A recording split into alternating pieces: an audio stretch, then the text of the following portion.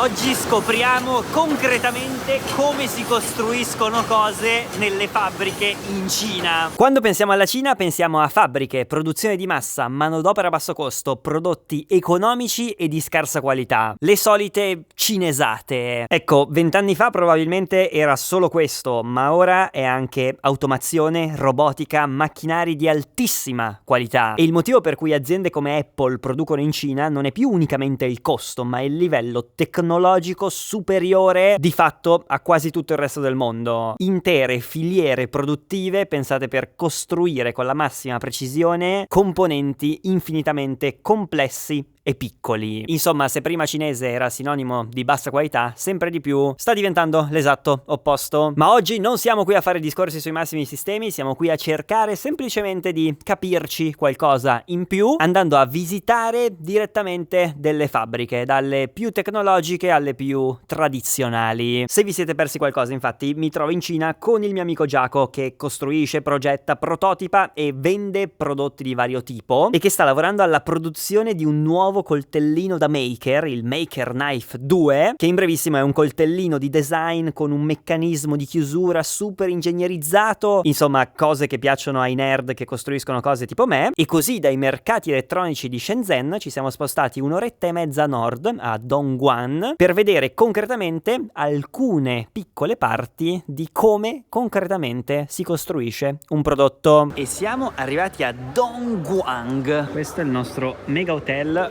pagato un cacchio. C'hanno pure il menù dei cuscini. Pazzesco. Mi fa ridere perché si chiama Derucci. Va bene Giacomo, ora ti misurano per il cuscino.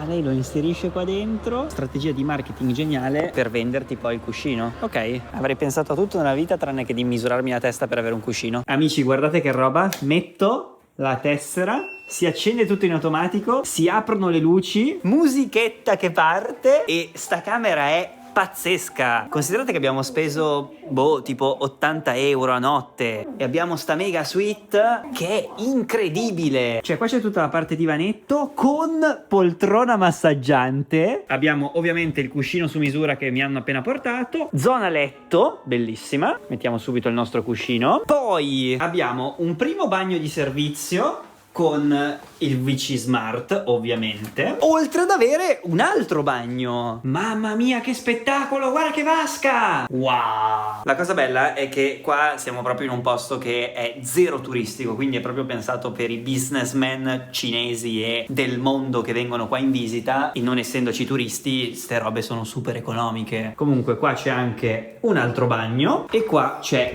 questa mega doccia, ma poi tutto di classe. Phon di servizio, ovviamente un Dyson, chissà se è originale oppure no. Dopo aver visitato il mercato elettronico di Shenzhen non ho più certezze. No, allo specchio della vasca c'è il telecomandino perché è smart. Wow, la Cina ragazzi è nel 3000. Ovviamente minibar, frigorifero e siamo dei signori. Ah, ci spariamo subito un bel massaggio dalla nostra poltrona. Oh, mamma mia. Buongiorno, buongiorno, buongiorno. Questa è la ridente Dongguan, con tanto di grattacieli, lavori in corso e la bellezza di 11 milioni di abitanti. Confermo che il nostro tizio degli hotel fa in realtà materassi. Questo è tutto lo showroom che c'è nella hall con tutti i tipi diversi di cuscini e cose varie. E qua ci sono addirittura un sacco di altre robe pazzesche. Bello questo, con anche altre poltrone massaggianti super premium. Che fico. Noi abbiamo ancora Mastrota che in televisione propone i soliti materassi. Io ho dormito molto bene, devo dire. Buongiorno Giaco. Se non devi parlare, sono un centimetro da te.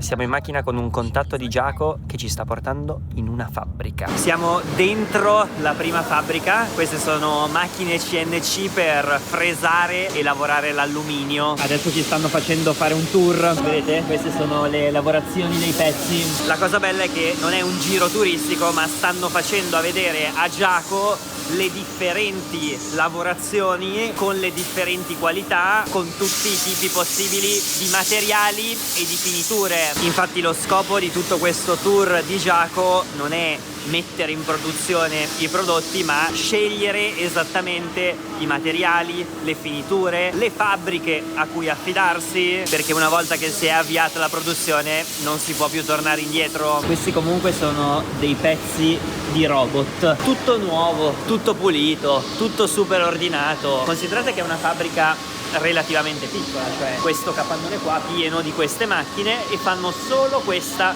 lavorazione, super specializzati, pezzi. Qua invece c'è un bel tornio per i pezzi tondi con tutte le punte, tutti gli strumenti per andare poi a bucare. Cioè guardate il livello di pulizia, organizzazione e precisione. Vedete, si parte dal pezzo grosso e poi si va a fresare il tutto per ottenere i pezzi. Questo è il macchinario più figo. Controllo qualità. Comunque hanno tutte le porte con il riconoscimento facciale. Ciao! Concretamente poi si sta su un tavolo, rigorosamente con del tè preparato dal capo dell'azienda, a vedere tutti i vari pezzi di prova, le varie finiture, varianti e a decidere come e quanti pezzi fare. Per i nerd dei materiali siamo stati mezz'ora solo a parlare delle finiture di anodizzazione dell'alluminio. Insomma, se spendi poco hai una finitura del cavolo, se spendi tanto hai una finitura assolutamente a livello dei prodotti Apple, per dire. Purtroppo non vi posso mostrare molto perché tra le varie cose ci sono brevetti e anche se Giacomo è mio amico poi mi fa causa, quindi meglio evitare. Possiamo fare questa cosa, amici. Ciao Giacomo, come stai? Molto bene, grazie. L'unico problema è che non si capisce niente da questi posti. Molto bene, abbiamo fatto un'ottima mangiata. Ora siamo in un posto che vende viti, anche se non è proprio il posto dove dovevamo essere, però bello esplorare. Siamo finiti nella zona delle costruzioni. Ci sono tutti i negozietti per costruire cose. Sì, qua devo dire che sembra tutto un po' più fatiscente, però sono tutti ordinati, tutti puliti. Poi guardate che macchine passano. Vuoi 12.000 metri di cavo? Nessun problema, qua li puoi comprare. Anche qua puoi venire se devi costruire anche tipo un grattacielo. Noi abbiamo il brico per fare i lavoretti a casa.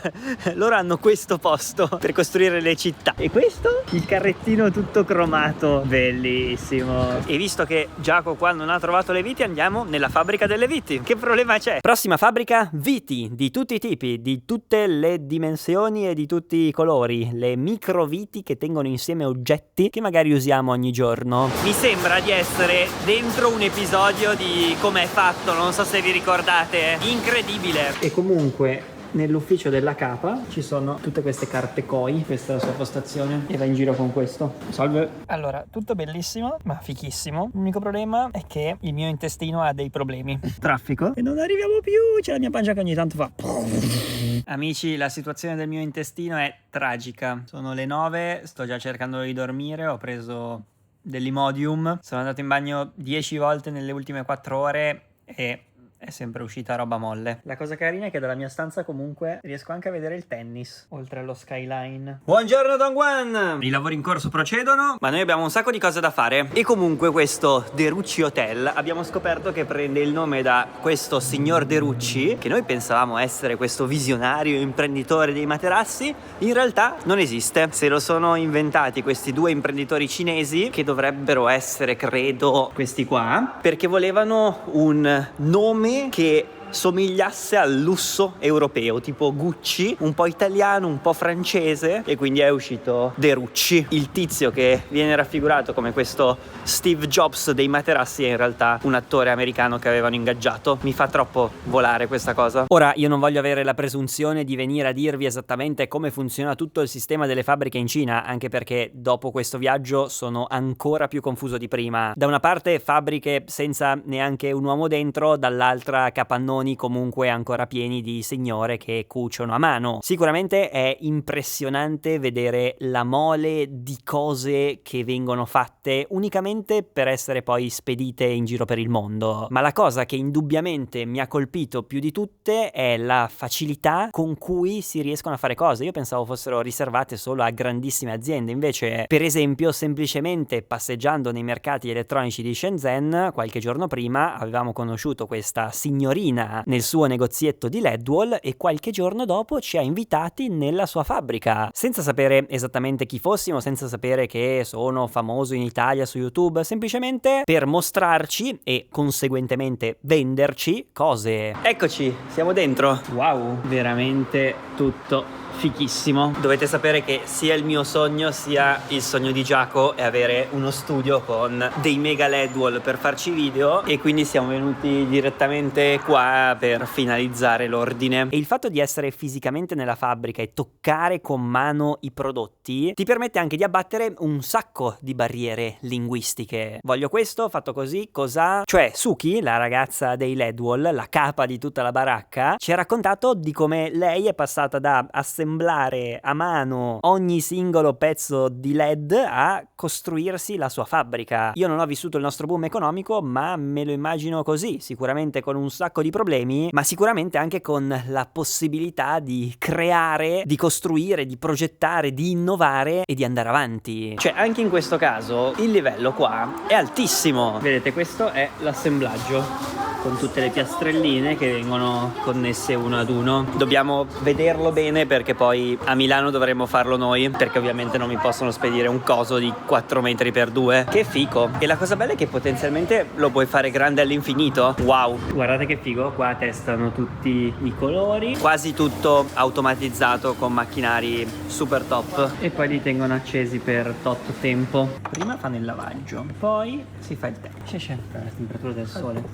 Wow, sono bellissimi i tavolini del tè con tutte le cose per fare il tè. E con te. Prima di parlare di soldi, prima di parlare di numeri, sempre il tè. E a giudicare dai portacenere, sigarettine. E ora si paga. Il motivo per cui lei è stata gentilissima fino ad ora. No. E poi fa straridere perché ovviamente nel suo ufficio ci sono un sacco di pannelli LED di tutti i tipi, di tutte le forme, e un bel quadro con tanti dollari da uno. Money, money. E una carpa koi. E una bandiera della Cina che stringe la mano alla Cina. Sono veramente soddisfatto. Abbiamo preso un mega LED wall che in Italia avremmo pagato almeno 8 volte tanto. Vediamo poi, sarà un delirio assemblarlo. E ora Suki ci ha invitato a pranzo, solo che non sa dei miei problemi, quindi io mangerò credo solo riso in bianco. Comunque Giacomo è tutto il giorno che gioca col suo nuovo meccanismo di apertura e chiusura. Ed eccoci a mangiare di nuovo cinese. È tutto buonissimo, però il mio intestino potrebbe risentirne. Anche il riso è incredibile. Dove siamo? Questo è praticamente un mercato, però fatto solo di robe per chi manufattura cose. Quindi un mercato di cose per costruire cose. Si va dagli attrezzi ai pezzi super specifici dei macchinari. Questi sono solo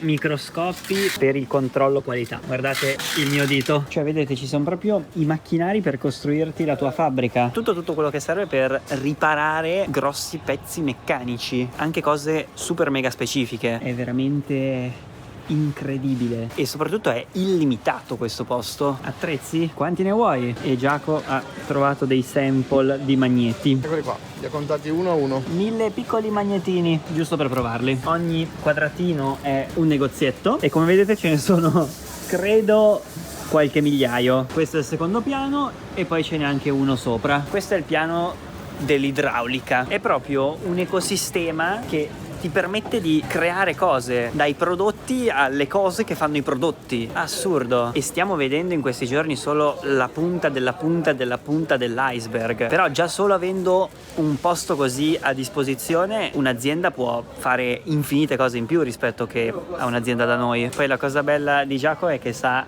ogni singolo componente a che cosa serve. Questo che cos'è? Che cos'è? Che cos'è? Questi qua sono il relè, gli dai l'impulso qua, fa passare o meno l'aria. Quindi per muovere un pistone tu gli dai il consenso qua elettrico. E passiamo alla tecnologia, dall'idraulica alle telecamere. Sono allibito dalla quantità di cose che ci sono qua dentro. E poi è incredibile la precisione che hanno. Cioè adesso Giacomo ha preso tante molle, lei gliele sta tutte catalogando, tutte insacchettando, nulla è lasciato al caso. Cioè in tutto questo caos in realtà c'è un sacco di ordine. E poi sono super agili, cioè anche se loro non capiscono quasi niente di inglese e noi ovviamente di cinese non capiamo niente, delle loro cose super tecniche gli dai le misure, gli dai le cose, loro iniziano va nel suo sgabuzzino e ti tira fuori le cose della dimensione giusta. Wow. Ovviamente i prezzi si comunicano sempre con la calcolatrice, i numeri sono tutto ciò che ci tiene uniti, il soldo. Ok.